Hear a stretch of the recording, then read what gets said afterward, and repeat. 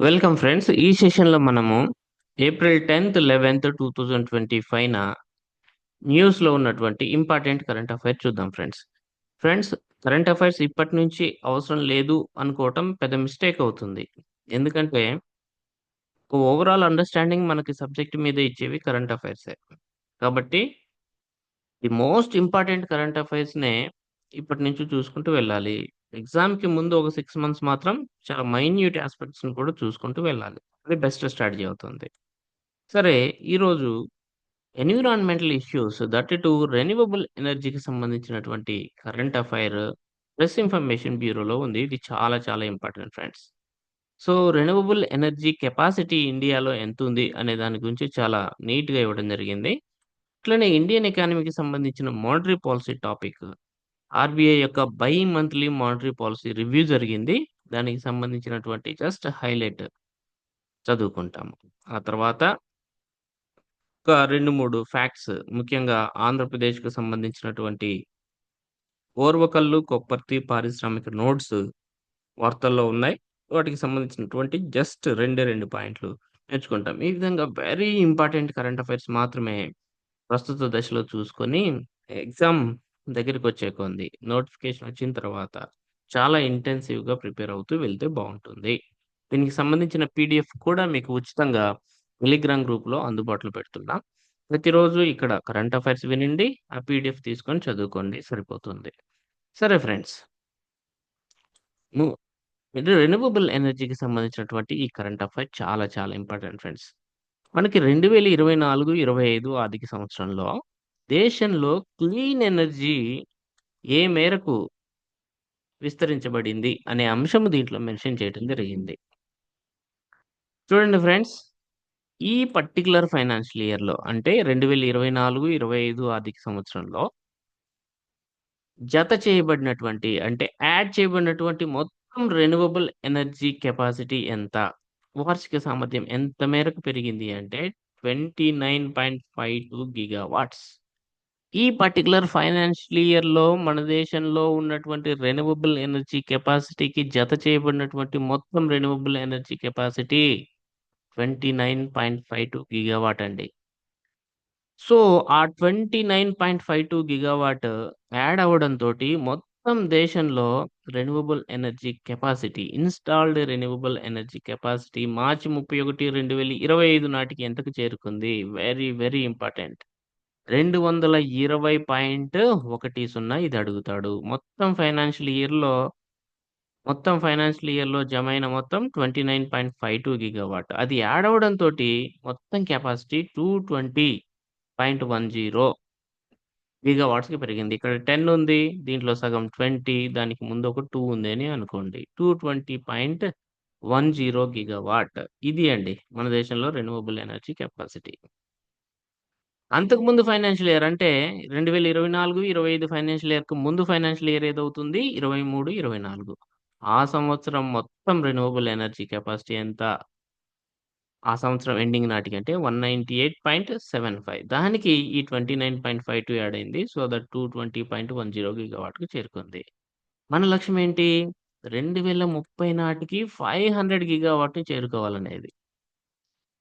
గౌరవ ప్రధాని గారు పంచామృత లక్ష్యాలను మనకు నిర్దేశించడం జరిగింది. ఈ పంచామృత లక్ష్యాల్లో భాగంగా ఒకానొక లక్ష్యం ఏమిటి అంటే 2030 నాటికి 500 గిగావాట్‌ని మనం శిలాజేతర ఇంధన వనరుల నుంచి సాధించాలి. ఓన్లీ రెన్యూవబుల్ ఎనర్జీ కాదు. Non fossil fuel. Non fossil fuel అంటే ఇక్కడ మనకి అటామిక్ ఎనర్జీ కూడా యాడ్ అవుతుంది. సో, శిలాజేతర ఇంధన వనరుల నుంచి 2030 నాటికి 500 గిగావాట్ల నాన్ ఫాసిల్ ఫ్యూయల్ ఎనర్జీ కెపాసిటీని సాధించాలనేది భారత్ యొక్క లక్ష్యం. సో, 24, 25లో మనం మంచి ఇంప్రూవ్‌మెంట్ సాధించడం జరిగింది ఈ దిశగా. ఓకేనా? Right friends. ఇంకా దేశంలో మొత్తం సౌర విద్యుత్ సామర్థ్యం ఇప్పుడు ఎంత? 220 220.10 గిగావాట్ అనుకున్నాం కదా! దీంట్లో సోలార్ ఎనర్జీ కెపాసిటీ ఎంత అంటే 105.65. లాస్ట్ ఫైనాన్షియల్ ఇయర్‌లో ఎంత యాడ్ అయింది సోలార్ ఎనర్జీ అంటే లాస్ట్ ఫైనాన్షియల్ ఇయర్‌లో 23.83. టోటల్ వచ్చి ఇప్పటి వరకు దేశంలో 2025 మార్చి 31 నాటికి అవుట్ ఆఫ్ 220 105.65 ఉంది. అంటే సగానికంటే తక్కువే ఉంది. సగానికంటే ఎక్కువ ఉందంటే స్టేట్మెంట్ తప్పవుతుంది. కానీ లాస్ట్ ఫైనాన్షియల్ ఇయర్‌లో ఎంత యాడయింది? అంటే 23.83 గిగావాట్. అంతకుముందు ఫైనాన్షియల్ ఇయర్‌లో సోలార్ ఎనర్జీ ఎంత యాడ్ అయింది? 15.03 గిగావాట్. లాస్ట్ ఇయర్ కంటే ఇప్పుడే ఎక్కువగా యాడ్ అయిందనమాట. విండ్ ఎనర్జీ గురించి రాసుకొచ్చాడు. దేశంలో విండ్ ఎనర్జీ కూడా బాగా పెరుగుతోంది. 23, 24లో 3 గిగావాట్ పెరిగితే 24, 25లో 4.15 గిగావాట్ పెరిగింది. So that total wind power installed capacity ఎంతంటే 50.04 గిగావాట్. అంటే సోలార్ ఎనర్జీలో సగం కంటే కొంచెం తక్కువగా ఉంది కదా! ఇట్లాంటి స్టేట్మెంట్స్ కూడా అడుగుతాడు. సో, మొత్తం మీద దేశంలో ఇన్‌స్టాల్డ్ ఎనర్జీ కెపాసిటీ 220.10 గిగావాట్ అనేది దయచేసి మీరు అర్థం చేసుకోవాల్సి ఉంటుంది. ఇది వెరీ, వెరీ ఇంపార్టెంట్. 24, 25లో 23.83 గిగావాట్ల సోలార్ ఎనర్జీ యాడ్ అయింది. అంతకుముందు ఫైనాన్షియల్ ఇయర్ 15 గిగావాట్ యాడ్ అయింది. Total solar energy capacity out of 220 105.65 gigawatt. Wind energy 23, 24లో 3.25 గిగావాట్ మాత్రమే పెరిగితే ప్రెజెంట్ ఫైనాన్షియల్ ఇయర్‌లో 4.15 పెరిగింది. So that total wind power installed capacity ఎంత అంటే 50.04 గిగావాట్ అండి. ఇక ఇండియన్ ఎకానమీకి సంబంధించి very, very important monetary policy. మనకు తెలుసు friends, reserve bank of India by monthly monetary policy review meeting అనేది పెట్టుకుంటుంది. ఈ by monthly monetary policy review meeting ఇటీవల జరిగింది. ఇప్పుడు రెపో రేట్‌ని దీన్నే పాలిసీ రేట్ అని కూడా అంటాం. రెపో రేట్ అనేది చాలా చాలా కీలకమైన రేట్. దీని ఆధారంగా ఇతర రేట్లు రివర్స్ రెపో రేటు లాంటివి నిర్ణయించబడతాయి. కాబట్టి దీన్ని పాలిసీ రేట్ అని కూడా అంటారు. రెపో రేట్‌ని 0.25% తగ్గించింది. సో థాట్ ఆ కోతతోటి, ఆ కట్ తోటి ఇంతకుముందు 6.25%గా ఉన్నటువంటి రెపో రేట్ ఇప్పుడు 6%కి తగ్గింది. ఎందుకంటే 0.25% తగ్గిపోయింది. సో, ఈ తాజా కోతతోటి ఆర్‌బీఐ తన పాలిసీ ట్రెండ్‌ని న్యూట్రల్ నుంచి అకామోడేషన్‌కి మార్చినట్లయింది.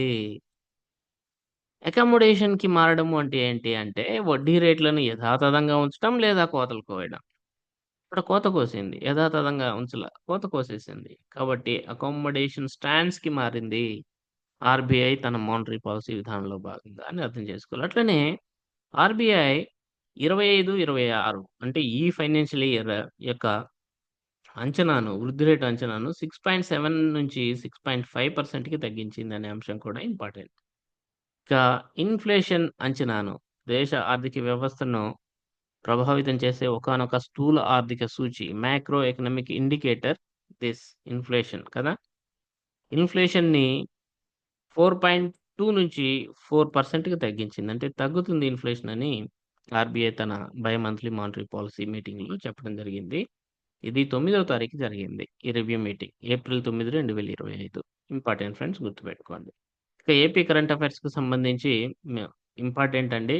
ఇప్పుడు ఓర్వకల్లు అనేది మనం పదే పదే వింటుంటాం వార్తల్లో. ఓర్వకల్లు అనగానే మీకు గుర్తు రావాల్సిన పాయింట్ ఇది హైదరాబాద్, బెంగుళూరు ఇండస్ట్రియల్ కారిడార్‌లోని ఒక నోడ్. అంటే ఒక పట్టణం, ఒక ప్రాంతం, ఒక పారిశ్రామిక ప్రాంతం. ఆ ప్రాంతాన్ని పారిశ్రామిక ప్రాంతంగా ఈ కారిడార్‌లో డెవలప్ చేయబోతున్నారు.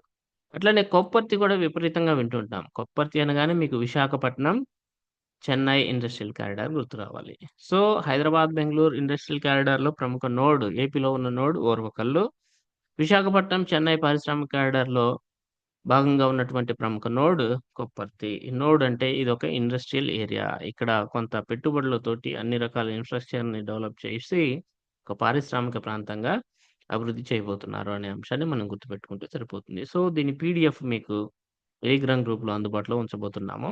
వచ్చేసి ఇట్లాంటివి రోజుకి 1 లేదా 2 the most important current affairs నేర్చుకున్నట్లయితే సరిపోతుంది. ఏవైనా ఇంపార్టెంట్ బాగా న్యూస్‌లో ఉన్నవి ఉంటే వాటిని విశ్లేషించుకుంటూ ముందుకెళ్ళాల్సిన అవసరం ఉంటుంది.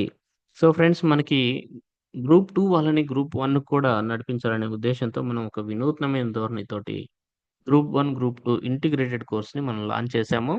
చాలామంది జాయిన్ అయ్యారు. చక్కగా క్లాసెస్ కూడా నైట్‌లో జరుగుతున్నాయి. లైవ్ సెషన్స్ ఉంటాయి జూమ్ ద్వారా. సో, ఎవరైనా ఇంట్రెస్ట్ ఉన్న క్యాండిడేట్స్ యాప్‌ని డౌన్‌లోడ్ చేసుకోవచ్చు. యాప్ యొక్క లింక్‌ని డిస్క్రిప్షన్‌లో ప్రొవైడ్ చేశాను. అట్లనే ఈ పీడీఎఫ్ మీకు టెలిగ్రామ్‌లో ఉచితంగా అందుబాటులో పెట్టబోతున్నాము. సో, టెలిగ్రామ్ గ్రూప్ యొక్క లింక్‌ను కూడా మీకు డిస్క్రిప్షన్‌లో ప్రొవైడ్ చేశాను. జాయిన్ అవ్వచ్చు ఇంట్రెస్ట్ ఉన్నవాళ్ళు.